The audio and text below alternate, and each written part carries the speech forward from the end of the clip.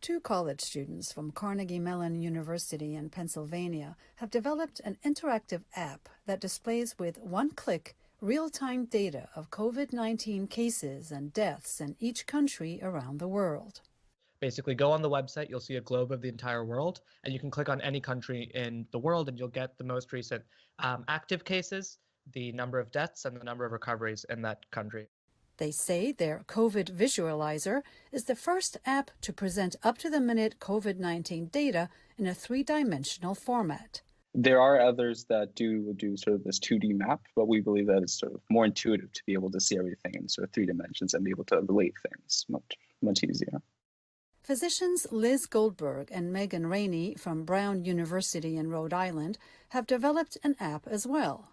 My COVID Risk was designed to help people assess their risk of getting the virus in specific situations and events. The idea of this app is that before you go to the event, you can put in all the things you know that you might encounter, such as how many people are there, whether masks will be worn, how big the space is, and what type of activities you'll be doing. And then you get an idea of what your risk would be in contracting COVID if you decide to attend that event.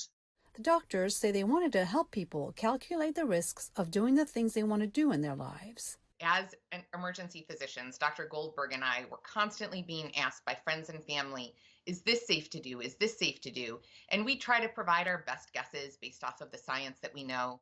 Professor Rajat Mittal has developed a formula to help predict the risk of transmission of COVID-19 through airborne transmission.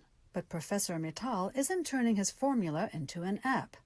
Apps can tell you your risk of doing something like going to the store or meeting with friends, but are not a guarantee against contracting the virus, he says. The power of it is not necessarily to be able to give you an absolute estimate of risk, but more a relative estimate of risk. That if I'm going inside a place where there's 5 people versus 20 people, how much does my risk go up? Relative values is the key, and I think that's good enough to be able to kind of drive behavior. As the world struggles with the pandemic, people are turning to apps to decide about their day-to-day risks. Julie Taboh, VOA News.